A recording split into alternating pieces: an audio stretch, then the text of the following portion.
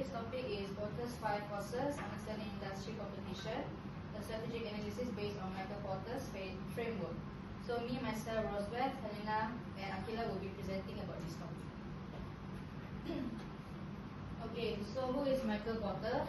He is a Harvard Business School professor who is also a global expert in business strategy. He introduced the 5 forces in 1979. His purpose is to help companies understand industry competition and improve profitability. Okay, so what are the 5 forces? As you can see here, we have competitors' rivalry, threat of new entrants, bargaining power of suppliers, bargaining power of buyers, and threat of substitute.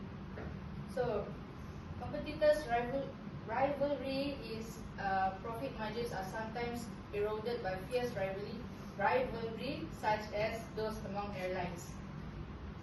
Threats of new entrants, they drive up prices and demand more capital. And bargaining powers of supply is strong suppliers such as Boeing in the aviation industry. They have the ability to demand higher pricing. As for bargaining power of buyers, power of customers to demand lower prices, which is price conscious. Astute consumers like airlines have the ability to influence prices. And lastly is threat of substitutes, when your items are replaced by others. For example, alternatives like video conferencing versus travel reduce price power.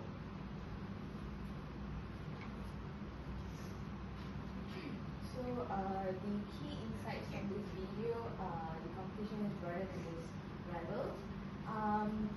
This is about, it is not only the competition is not only about the direct rivals, so that's the meaning of that. And then when it comes to the airline industry, it is high rivalry and low profit. Because in airline industry there are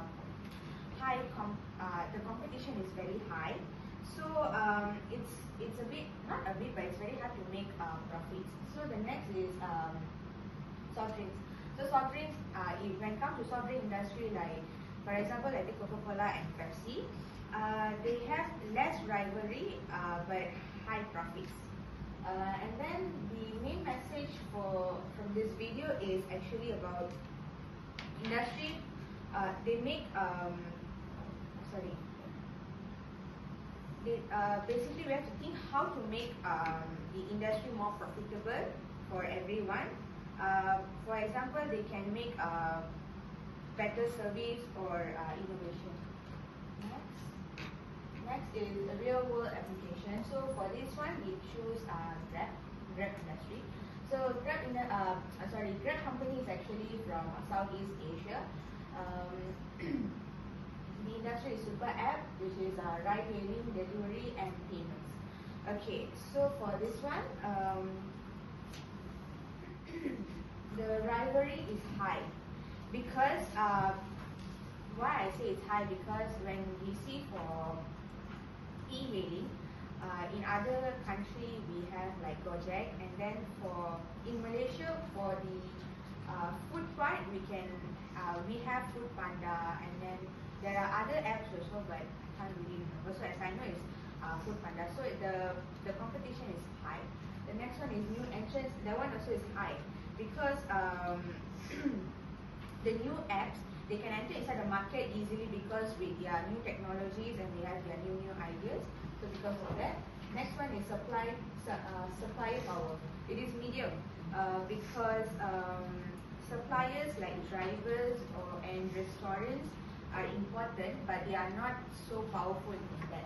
Next one is buyer power. It is high because customers, they have their own choices and they can easily like switch to other apps. Because for me, I also use Grab, but for me, I think if Maxim is very active in Naka, I will go for Maxim because Maxim is cheaper than Grab.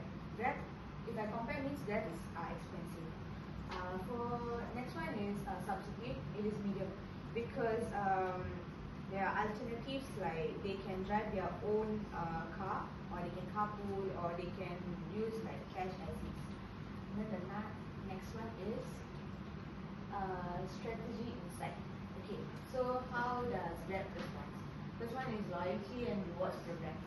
Okay, so for this is we can say to make users to stick with Grab instead of switching to other apps.